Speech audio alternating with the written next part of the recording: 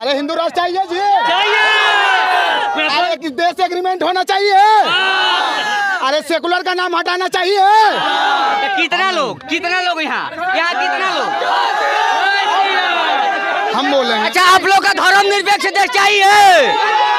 देखिए यहाँ गजब हाल है, बात बतिया रहे हैं।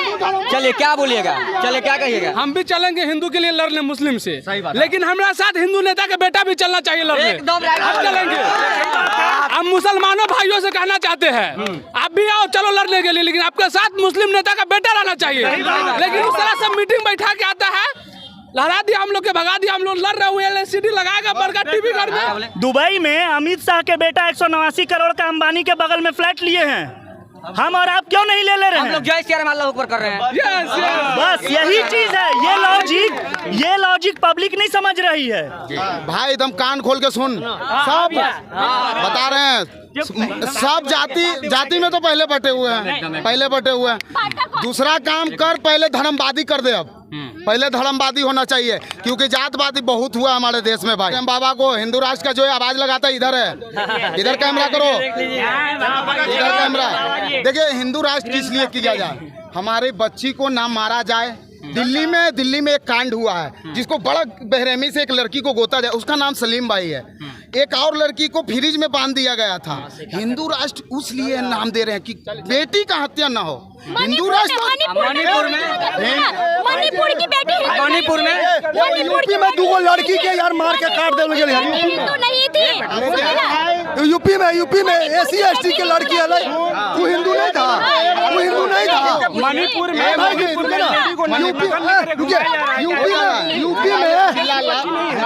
यूपी में लोग जो है ना, अरे रुकिए ना मैडम, बांटेंगे। कि बाबा बागेश्वर धीरेन्द्र शास्त्री के जर्सी पहने हुए हैं भैया हमारे साथ मिल गए हैं, और यही बाबा धीरेन्द्र शास्त्री हैं। कुछ दिन पहले बोले थे कि जितना महिला हैं अगर मांग में सिंदूर नहीं लगाती है, गले में मंगलसूत्र नहीं पहनती है, तो समझिए कि उनका खाली प्लॉट है। आप लोग हिंदू राष्ट्र के मांग कर रहे हैं, क्या कहिएगा? हम काहे के लिए मांग करेंगे? बोले। अरे हिंदू राष्ट्र चाहिए जी, चुप। अरे तुम लोग का एक देश से एग्रीमेंट होना चाहिए। अरे सेकुलर का नाम हटाना चाहिए। तो कितना लोग यहाँ कितना लोग। अच्छा, आप लोग का धर्मनिरपेक्ष देश चाहिए।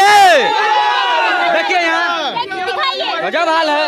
आप आमिर खान के बारे में नहीं पूछते हैं? सुनिए ना, जब आदि पुरुष बनता है तो राम जी को रोमांस करते दिखाया जाता है, तब इन लोग को शर्म नहीं आता है, क्योंकि इनके आका बनवाए थे ना आदि पुरुष।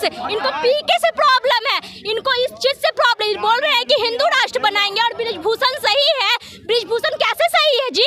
जो लड़की का इज्जत नहीं करता है, लड़कियों पे शोषण होता है, लड़कियों को रोड से खींच, जब इनकी बहन के साथ वैसे होगा ना, तब उनको शर्म। और ये लोग जैसे लोग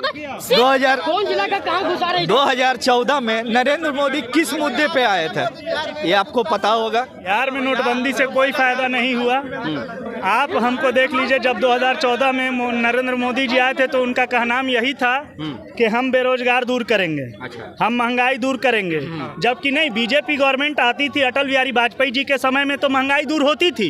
इसको हम भी जानते हैं, और आप भी उठा करके अगर पीछे का 2002 का आंकड़ा देखिएगा, जिस वक्त वो सत्ता में आए थे तो उसके बाद वो महंगाई को नीचे किए थे, महंगाई दर को नीचे किए थे, और प्रति जो आदमी के ऊपर विदेशी बजट गिरा हुआ है उस वक्त भी वो कम किए थे। मगर आज मोदी गवर्नमेंट आने के बाद से जो बीजेपी की सत्ता आई है हमारे देश में, प्रति व्यक्ति पैसा भी बढ़ गया है और महंगाई भी बढ़ गई है। बेरोजगार तो इतना अंतिम चरण पे है कि आज ये सब बच्चे जो यहाँ दिख रहे हैं, ये बेरोजगार का नतीजा है। आपको माइक लेकर के घूमना पड़ रहा है, ये बेरोजगार का नतीजा है। बच्चे अपना घर दरवाजा छोड़ करके आकर के कंपटीशन की तैयारी यहाँ कर रहे हैं, ये बेरोजगार का नतीजा है। अगर आप हर साल वैकेंसी निकालें और उस वैकेंसी को टाइम पर क्लियर करते चले जाएं तो ये बेरोजगारी दूर होती चली जाएगी। अभी आप देखिए BPSC का एग्जाम हुआ, टीचर का BPSC का एग्जाम हुआ, 1 to 5 क्लास के भी BPSC के एग्जाम में बच्चों को ऐसा क्वेश्चन दिया गया है जो UPSC के लेवल का क्वेश्चन है। अब हम ये पूछना चाहते हैं, सत्ता से चाहे वो नीतीश की सरकार हो या कांग्रेस की सरकार हो या बीजेपी की सरकार हो, बच्चे की इसमें क्या गलती है कि आप क्वेश्चन पेपर UPSC का तैयार कर रहे हैं? या तो आप पैसा जमा कर लेना चाहते हैं इलेक्शन से पहले इलेक्शन लड़ने के लिए, चाहे सेंट्रल गवर्नमेंट हो, अब सबकी वैकेंसी आना शुरू हो जाएगी 24 और 25 से पहले। मगर जब उसके बाद वैकेंसी खत्म होगी, उसके बाद 5 साल तक रोका जाएगा, प्रक्रिया में लेकर के चला जाएगा। जब प्रक्रिया फाइनल होते होते अगला चरण फिर आ जाएगा, फिर वैकेंसी आएगी, यही ड्रामा होगा। एक सवाल है हमारा है, जैसे आप बहुत लॉजिक पर बात कर रहे हैं, बहुत लोग यहाँ आ रहे हैं लॉजिक पर बात नहीं कर रहे हैं। हमारा सवाल यही है कि आज बेरोजगारी पे बात क्यों नहीं है, आज जात पात पे धर्म पे बात क्यों हो रहा है? देखिए, जात पात पे धर्म की बात यह है कि हमारे देश की गवर्नमेंट हमको जात में पात में विलुप्त कर दी है। आप अगर कोई सा भी सोशल मीडिया खोल करके देखिएगा, चाहे जी टीवी चैनल हो, चाहे आज तक चैनल हो, चाहे एबीवीपी चैनल हो, कोई सा भी न्यूज़ चैनल खोल करके आप देखिए, बस उसमें हिंदू मुस्लिम सिख ईसाई, हिंदू मुस्लिम सिख ईसाई, ये करने से अगर हमको मिल जाए खाने के लिए, पेट भरने के लिए अनाज, तो दिन भर हम मंदिर में और मस्जिद में जाकर के पड़े रहेंगे। सही बात, एकदम हम घर दरवाजा छोड़ करके आकर के यहाँ कंपटीशन की तैयारी 5-5 हजार रुपया रूम रेंट दे करके शौक नहीं है किसी का। जब भगवान हमको इसी तरह दे खाने के लिए, तो क्या शौक है जाकर के हमको कंपटीशन की तैयारी करना? एकदम बात, यही सब बात है। हाँ, आइए हम भी चलेंगे हिंदू के लिए लड़ने मुस्लिम से, सही बात, लेकिन हमारे साथ हिंदू नेता का बेटा भी चलना चाहिए लड़ने। एकदम हम चलेंगे। हम मुसलमानों भाइयों से कहना चाहते हैं, आप भी आओ चलो लड़ने के लिए, लेकिन आपके साथ मुस्लिम नेता का बेटा रहना चाहिए। लेकिन उस तरह से मीटिंग बैठा के आता है, लहरा दिया हम लोग के, भगा दिया, हम लोग लड़ रहे हुए, LCD लगाएगा बड़का टीवी घर में, वो मर गया। सब नेता के चक्कर में 189 करोड़ का बंगला लिए हैं। आपसे बोले क्या बोले? दुबई में अमित शाह के बेटा 189 करोड़ का अंबानी के बगल में फ्लैट लिए हैं। हम और आप क्यों नहीं ले रहे हम हैं? लोग जय श्री राम अल्लाह ऊपर कर रहे हैं। बस यही चीज है, ये लॉजिक पब्लिक नहीं समझ रही है। लेकिन उनको सत्ता में जाकर के बैठने के लिए कोई सा एग्जाम देना नहीं है, बीसीसीआई का अध्यक्ष बनने के लिए कोई सा एग्जाम देना नहीं है।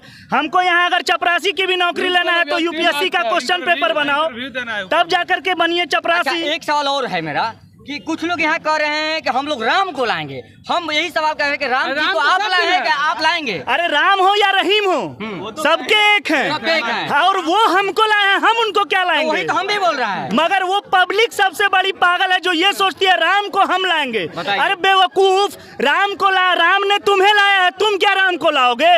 रहीम ने तुम्हें लाया है, तुम क्या रहीम को लाओगे? बात ये है।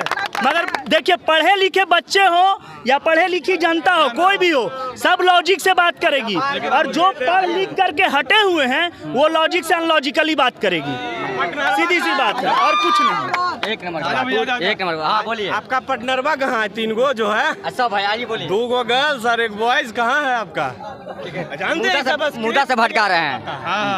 हाँ, स्क्रिप्ट तैयार करके यहाँ कोई स्क्रिप्ट तैयार हो रहा है भैया? देखिए अभी लॉजिक की बात कर रहे हैं, यहाँ बेरोजगारी पे ही बात हो रहा है। चलिए क्या कहिए भैया, कुछ बोलना चाह रहे थे? हम क्या बोलेंगे भैया सब सिखा दिए आपको। तब भैया जो कहिए बेरोजगारी पे।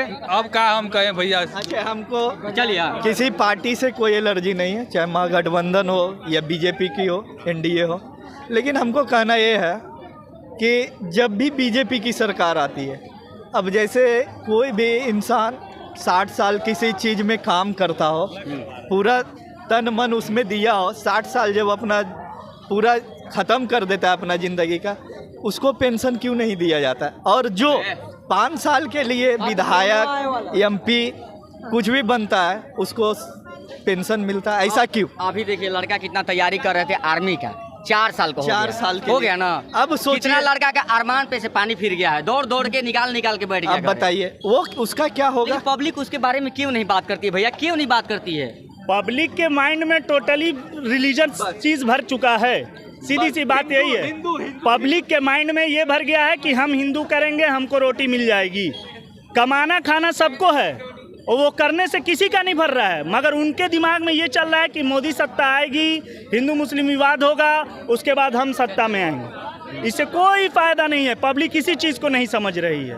2014 के बाद अडानी अंबानी का ही इतना ग्रोथ क्यों हुआ, और गरीब बेचारा गरीब होते गया, और वो लोग बड़ी बड़ी कंपनियां और बड़े कितना करोड़ पैसा लेके नीरव जितना था सब, विजय माल्या हो, नीरव मोदी हो, अब बोलिए जनता का वो तो पैसा जनता का था, मोदी जी का घर का तो था नहीं, कि लेके भाग गए, क्या दिक्कत है? 2014 के बाद से 36 लोग यहाँ से पैसा लेकर के भागे हैं। 36 लोग, एक दो लोग नहीं कि नीरव मोदी हो गए या विजय माल्या हो गए, 36 लोग लेकर के भागे हैं यहाँ से पैसा। आप लिस्ट देख लीजिएगा। और ऐसा क्या हुआ कि 2014 के बाद और 2014 से पहले आज तक कोई बिजनेसमैन वर्ल्ड रिचेस्ट पर्सन में सेकेंड नंबर पे भारत का नहीं पहुंचा था। और इनकी सत्ता आने के बाद अडानी जी दूसरे नंबर पे और अंबानी जी 8वें नंबर पे। तो जब ये दूसरे और 8वें नंबर पे हैं तो हमारे देश की जनता को तो कम से कम भूखमरी से नहीं मरना चाहिए था। जहां मैन्युफैक्चरिंग होगी वहां पैसा उठेगा। तो यहाँ क्या मैन्युफैक्चरिंग है कि उनके पास इतना पैसा चला गया और जनता के पास 1 रुपया नहीं? जनता का मानसिकता लोग जान गए हैं ना कि कैसे मुद्दा से भटका। तो जनता को नहीं ये सोचना है। ये प्रोग्राम आप लोग कर रहे हैं, अच्छा है कि लोग जनता की भावनाओं को समझ रहे हैं, जनता की बात को सुन रहे हैं, समझ रहे हैं। इसीलिए इस बात को जनता को समझना है कि आखिर मेरे पैकेट में 1 रुपया नहीं और विजय माल्या के पास अरबों रुपया, अंबानी के पास अरबों रुपया, जबकि वो भी इसी देश का, हम भी इसी देश के। अगर उसकी कंपनी है, मानते हैं वो मिलियनर्स है, अगर उसकी कंपनी है तो हम उसके कंपनी में काम करने जाएंगे, वहां से 2 रुपया कमाएंगे। मगर उसकी कंपनी में भी वैकेंसी कहाँ है? आप जाइए इंटरव्यू देने के लिए, वैकेंसी ही नहीं है। रिलायंस में जाइए, वैकेंसी ही नहीं है। L&T में जाइए, वैकेंसी ही नहीं है। कंपनी तक में वैकेंसी नहीं है। तो आखिर पैसा इतना आ कहाँ से?